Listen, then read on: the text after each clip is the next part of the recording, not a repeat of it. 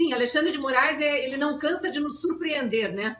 Pelo menos está tentando muito nos surpreender. A gente já está, acho que meio calejado e não está gerando mais o efeito surpresa, sim, e sim revolta, porque é cada vez mais absurda a ordem que a gente vê sair da caneta de Alexandre de Moraes, né? Essa do afastamento do prefeito ontem, quer dizer, se havia alguma dúvida para alguém ainda em relação à invasão de um poder sobre o outro, essa de ontem, né? Querer dar uma ordem para alguém que foi eleito para um cargo do executivo e que só pode ser afastado depois de um julgamento pelo legislativo local. Aí vem Alexandre de Moraes e resolve dar uma canetada e mandar o prefeito sair do cargo de prefeito. É tudo muito absurdo, né, Paula? Eu estava acessando aqui, enquanto vocês falavam, uma notícia que já relembrei em outros momentos, não é de hoje, mas que envolve o nome de Alexandre de Moraes e uma ligação muito suspeita com alguns delegados de Polícia Federal. Eu vou citar uma outra delegada, que não é esse agora que está envolvido nessa notícia que você leu,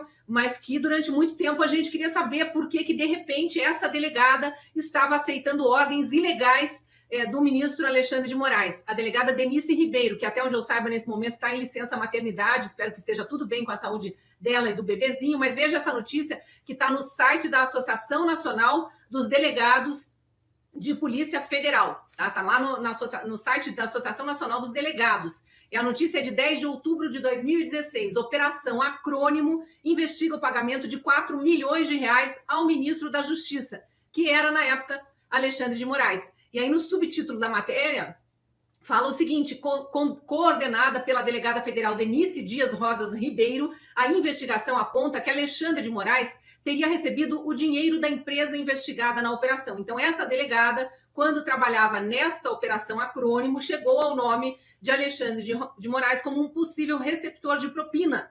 E ele era ministro da Justiça. E veja, tem várias informações numa matéria que continua até hoje no site da Associação dos Delegados de Polícia Federal.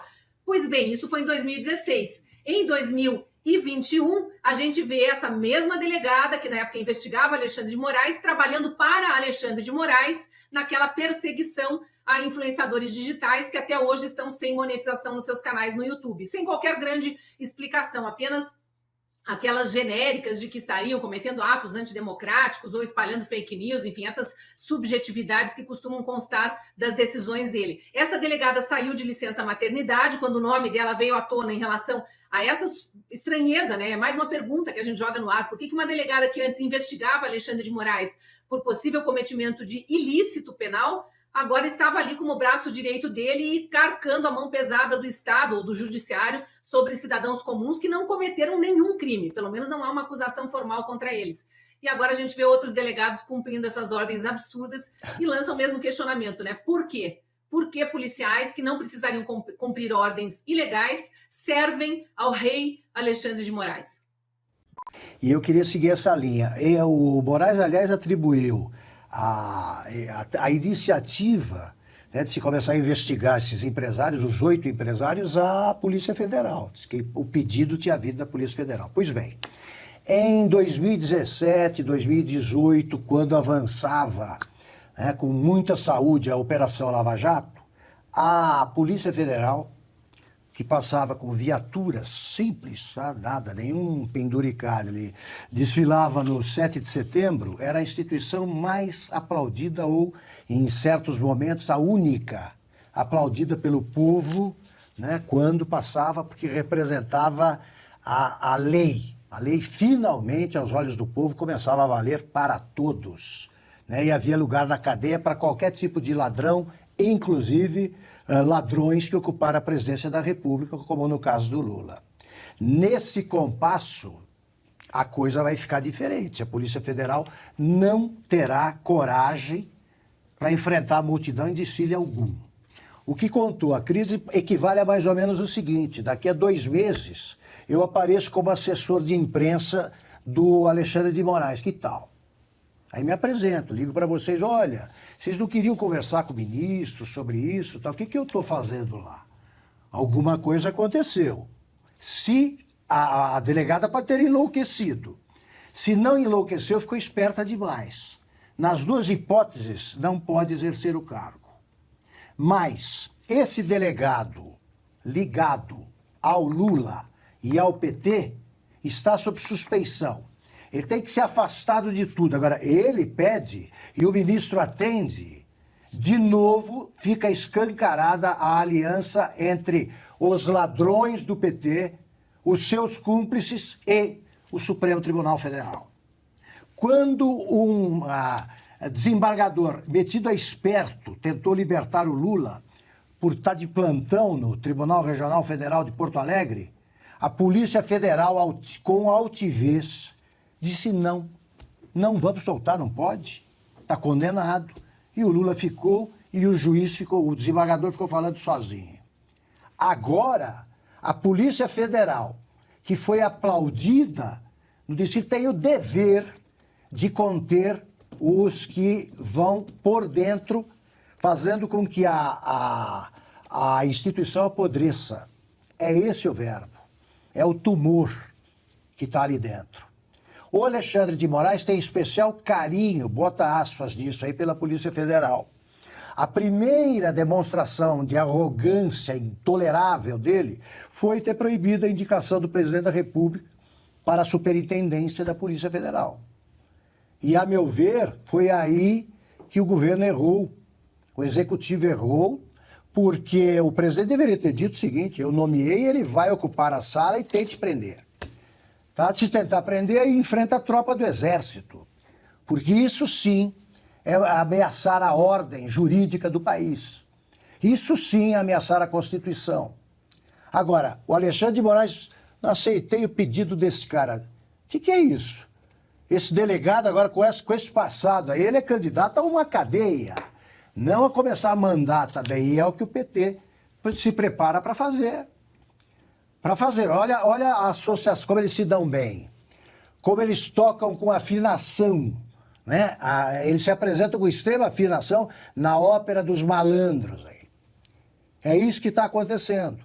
E não pode acontecer. A Polícia Federal tem força suficiente, a maioria da Polícia Federal, tem força suficiente para neutralizar esse tipo de câncer que ataca instituições e que faz com que apodreçam. Tá? Mantenham a imagem respeitável que a Polícia Federal finalmente conseguiu. Porque a Polícia Federal, até 2004, e os próprios delegados reconhecem, tinha a imagem de instituição ameaçada pela corrupção.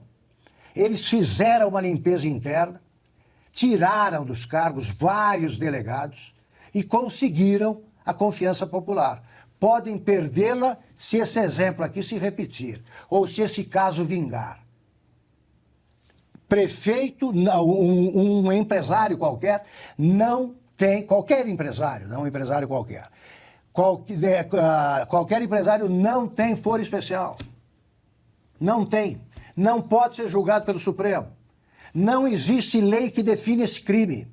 Portanto, não há crime e não há pena. E isso aí só mostra que a ditadura do judiciário vai avançando pelo espaço desocupado pelos homens de bem ou por homens a quem falta coragem. E é disso que o Brasil precisa atualmente. O rei do Brasil continua querendo dizer o que as pessoas podem ou não falar, continua ignorando o artigo da Constituição que garante liberdade de expressão a todos os brasileiros, continua ignorando a imunidade parlamentar, que dá a todos os parlamentares imunidade sobre quaisquer palavras e votos. Veja, no caso do Gustavo Gayer, que é deputado eleito, até haveria uma justificativa fora da imunidade parlamentar, mas ele tem a liberdade de expressão garantida, como todos os outros 220 milhões de brasileiros têm.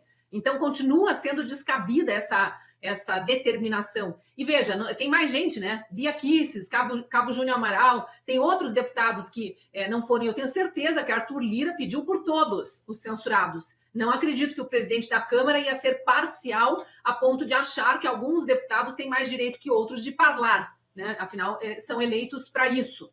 E aí a gente vai continuar ouvindo que Alexandre de Moraes é o suprassumo aí da justiça, porque é o que a esquerda alardeia. A cada ato tirânico dele, quem se diz de direita, conservador ou respeitador das leis, né, da Constituição, do Estado democrático de direito, sai imediatamente em repúdio. E quem se diz de esquerda, progressista, sai imediatamente aplaudindo. É tanta coisa errada nesse Brasil, né, Paula, que a gente vê alguma coisa se restabelecendo aí, no caso, a liberdade de expressão de alguns deputados, e não consegue nem comemorar. Eu estava vendo alguns deles no Getter, que ainda estava liberado para uso, dizendo, olha, devolveu minhas redes, mas não comemorem, não há o que comemorar. E é justamente por isso, eles não podem dizer o que todos nós brasileiros estamos querendo dizer o tempo todo, que é, cadê a transparência das eleições de 2022? Cadê o código-fonte?